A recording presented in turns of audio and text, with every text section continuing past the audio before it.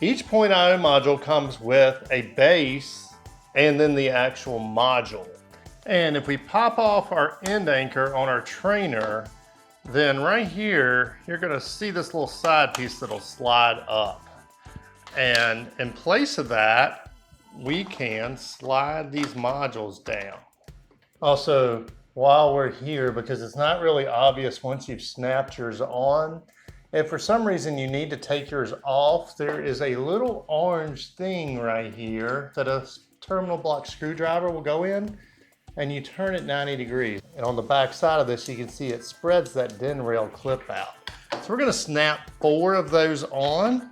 And then on the side of each module, you're going to see a key right here.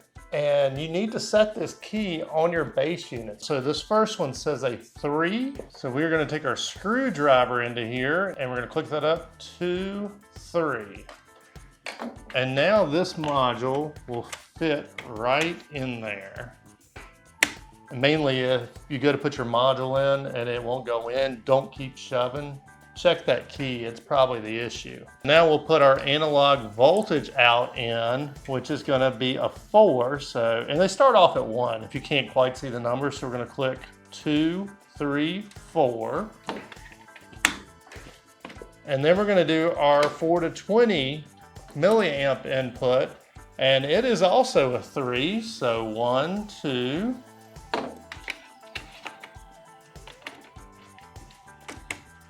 And finally, we're gonna do our milliamp analog output, which is also a 4. So 2, 3, 4. And then we pop this cover off the CompactLogix, it'll slide right on the end of this. And we're ready to power up our PLC. So we're gonna start with a new project. And we are using a 1769 L16 ERBB1B. And we'll just call this Point.io. And the big thing is this expansion IO module, which in past videos we've been defining as a 0. In this case, we're going to define it as 4 because we have 4 modules on here. And then we'll finish. Now we want to go down to our expansion IO, and we see it says 4 modules there, which signifies that 4 that we put in when we were creating this program. But before we do that, let's hit a few things. First, let's say you forgot or you need to add modules to your existing system. Then if you will go up to the top and right click the controller Point.io, you can go to properties right there, or right over here beside our browse, we have controller properties. Either of those will get you there. And then right on the general tab, you're going to see your number of modules. So if you need to change that later, that's how you can do it. Also, let's pop into controller tags before we do, because this is how it has looked in all of our videos up until now. We have this control. We have our I, which is our inputs that are on our base unit, and we have our outputs, which are the outputs that are on our base unit. But right now, we don't have anything for these. So that's why we're going to go down to our expansion IO, and we're going to right click it, and we're going to add a new module. And our first module is going to be a 1734 IE2V. You can scroll through these and we can find it pretty quick, but if you can't find it or if you have something that's near the bottom of the list, you can simply type IE2V and that's going to bring it up. And then it's going to ask for a name. Now, as your systems get more involved, you definitely want to make sure you have a naming system that you can follow and the next person behind you can follow. Like in this case, I am going to call this the analog voltage input, but that's because for this example, it makes sense. In other words, we have our base unit, we're going to have our analog voltage input, we're going to have our analog voltage output, analog current input, and analog current output. But if I had 10 of these, I wouldn't want to call them analog voltage 1, analog voltage 2, analog voltage 3. Especially if it's distributed throughout a system, that could be a nightmare really quick. And maybe we'll do a video about some naming convention ideas. We're going to call this analog voltage input. Now we're going to replace our IV2E that we have up in the search with an OE2V, and that's going to bring up our 2-channel analog output, and we'll call it analog voltage output. And now we're going to do it for the others. So we're going to look for an IE4C. Now, if you're wondering where are you getting these numbers from, right on the front of it, it does give you the part number. Also, I should have pointed it out. There's a nice wiring diagram right on the side of these, but they also do an excellent job of explaining how to wire these in the user manual. Okay, in this case, when we typed in IE4C, we actually ended up with 2, so make sure you know which one you have. And we have a regular 4-channel analog input card, not a HART module. So we'll click it, and then this will be our analog current input. And finally, we have an OE2C, which again, we're going to have that HART option. We're not using HART in this. This will be an analog current output. And we'll go ahead and close that out. And first, let's observe here, because you're probably looking at this saying, yeah, this is module 1, module 2, module 3, module 4. But this is module 1. So when we look over here, we see our embedded I/O. And then before our embedded discrete I/O here, it says 1. If we go to our expansion module here, our first expansion module says 2, and then 3, 4, and 5. So this is 1, 2, 3, 4, and 5. So now let's go up and open up our controller tags. And we have a lot more tags now. We have our local 1, C, I, and O, which we had before, and that is the space unit still. But now we have a local 2, C, which is control, and I, which is an input. We don't have an output on that one. That's because this is an analog voltage input module. So we only have an input on it. And inside of it, we have some fault data, which we're going to go through some details in another video on. We have our channel data, which this is the one that we're really concerned about. There is channel 0's data and there's channel 1's data. Then on 3, we actually have an input and an output, and that's an output module. So let's go ahead and open up the output first. And mainly we're going to have our data. So this is where you put your value that you want it to output.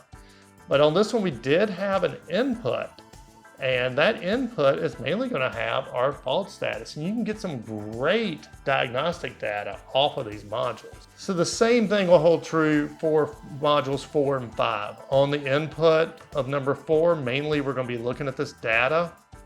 And on the output of number 5, we're going to be looking for this. Now, before we even put any programming in to do anything with these analog values, let's download this blank program and make sure we understand what we're getting from those data values on the analog inputs and what numbers we're putting in to make what happen on those outputs. So let's go to communications, who active. We'll select our path and we'll go ahead and download it. Okay, so let's switch to run mode. Oh, and one thing I did forget is we need to connect our field power. In fact, this will drive people crazy about these, is this right here, our I/O here, does use these field power terminals over here on our base unit. So I need to connect our 24 volt to the FP plus and the FP minus terminal.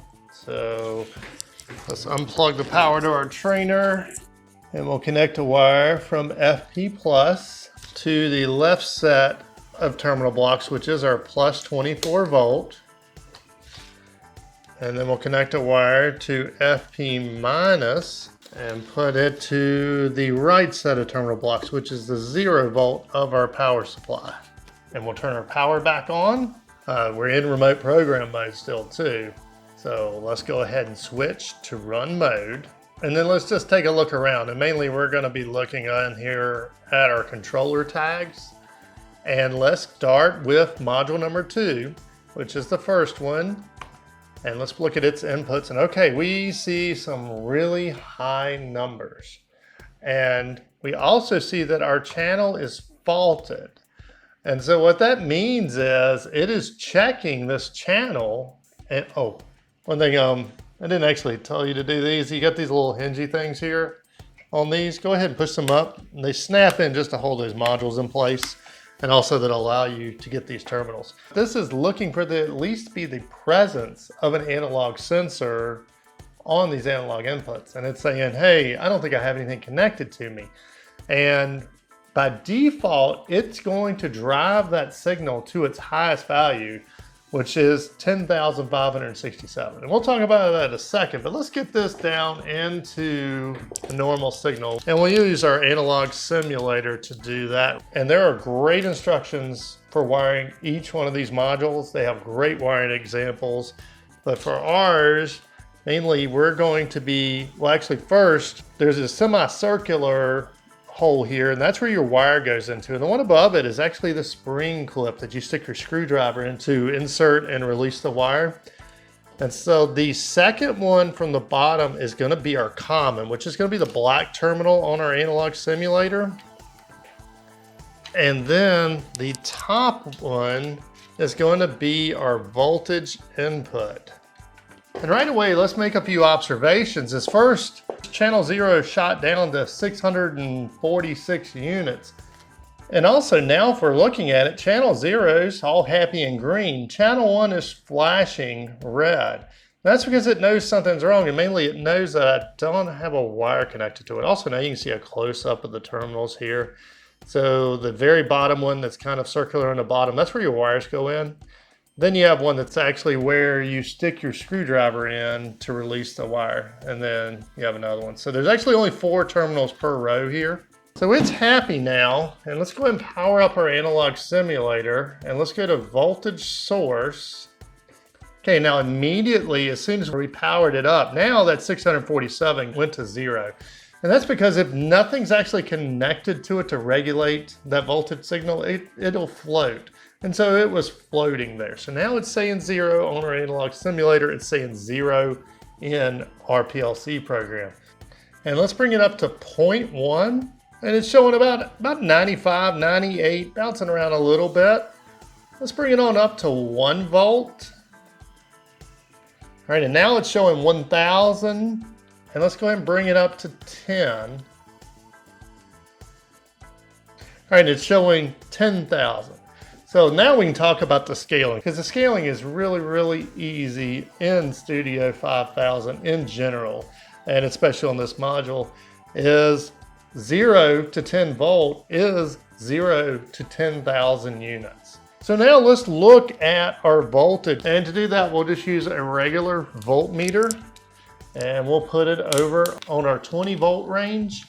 And we actually have a great video about how to use a multimeter if you need help just understanding basic measurements of it. So same deal, it's going to be between the top terminal will be our red, and the third terminal is going to be our common. And right now we are showing 0 volt. Let's go to module 3 output, which is local :3.0. And if that holds true that 0 to 10,000 is 0 to 10 volt, then if I type 10,000, when I hit the enter key, we show 9.97 volt. If we type in 5,000, then we are going to show 5 volt. 2,500, that's going to be 2.5 volt. So there's how your analog output voltage scaling works. Now let's talk about our milliamp signals, because by far milliamps are used more in industry, and we've got some great videos that go through the basics of the why milliamps are used and what exactly they are. But I still get a lot of questions about how to connect them. And so for this one, we are going to use a basic current source, and it's going to be exactly the same as the voltage source. So in this case, on module number 4, which is our third module over, the second from the bottom one is going to be are common. And in the case of this one, we actually have a 4-channel, so the top left one is going to be our input. Now, unlike our voltage input where we hooked up a wire to it and the channel said, yay, we're good. In this case, we have our wires connected and we're still showing a flashing light on our analog input. And that's because the 4 to 20 milliamp signal has what is called a live zero. So if we go into current source mode, and right now we're simulating a 0 milliamp signal. And if we bring that up, actually, okay, and it requires very little. It does require that it sees some current. All right, let's get a close-up of this. So at 0.1 milliamp, our analog input 0 is still flashing red, which means it's faulted. Let's bring it up to 0.2. Okay, 0.2 is enough. So at 0.2 milliamps, our analog input is now okay. So let's go on into local 4i. Channel 0 is showing something, 124. Channel 1, 2, and 3, they're showing about 0. Now also, still on channel 0 right here, we can see it's still faulted. And if we scroll on down, let's see, can we get where we see channel 1 also? Yeah, channel 1 is also faulted. And the reason for that is this is a 4 to 20 milliamp signal. And right now we have it at 0.2 milliamp. So if we bring it on up, so let's say 3.5 milliamp, we're still faulted. But if we bring it on up to 4 milliamp, now our fault is going to go away. And that's because it says, okay, my sensor is now in range. So now if we look at channel 0, we don't have a fault anymore. Channel 1, we still do have a fault. Now let's go up and look at the data for this. Okay, so we're showing 4 milliamp, but we're showing 32, 6, 7, something like that over here. And let's bring it on up to 20 milliamp and see what it shows. And at 20 milliamp, we're showing 16,300 and some odd number there. So what that is, that's the scaling that we're going to use in our PID video soon. But that is the raw scaling of this analog input. So unlike the voltage where it's really kind of easy, 0 to 10,000 equals 0 to 10 volt, you do have to do some math in this one, or mainly we're going to do some scaling in a future video of this. But let's go ahead and double click over here on module 4, which is that IE4C. And let's go over to the configuration. Now, if you wanted to, in this case, you could change this value, say to 4,000, and you could change this value to 20,000. And that would make it where the scaling is 4,000 to 20,000 equals 4 to 20 milliamp. But we're going to leave this one alone because we're going to show how to scale it in the PLC program. So now let's look. We have one last one. We have our milliamp output. So let's take our voltmeter. And again, we have videos on how to measure milliamp signals without blowing your fuse. Please watch them. But in this case, we are going to go over here to the 200 milliamp range. And we do have our leads in the proper place. And we will put the black lead on the second from the bottom. And we will put the red lead on the top one. And let's go down to module 5, local colon 5 colon 0. Let's open it up. And mainly have channel 0 and channel 1. And let's just throw a value in of 1,000. All right, with 1,000, we're showing 2.1 milliamp. Let's just go for 5,000. And we're showing, all right, 12 milliamp. So what do these numbers mean? Well, let's go to that module configuration, module number 5 of our expansion, and let's go over to the configuration tab. And here are the low and high engineering units of it. So it's going to run from 1638 to 8191. And we're going to talk about the scaling of those and what these numbers actually mean in an upcoming video. But for now, let's just make sure we understand that. Let's put in 1638 into ours, and we should show 4 milliamps. So 1638, and we're showing 3.8 milliamp. Now, chances are this thing is putting out really close to 4. This is a $25 meter, so that's where the difference is coming in. Now let's put in 8191. And we're showing about 19.7. Again, difference is probably just in the meter.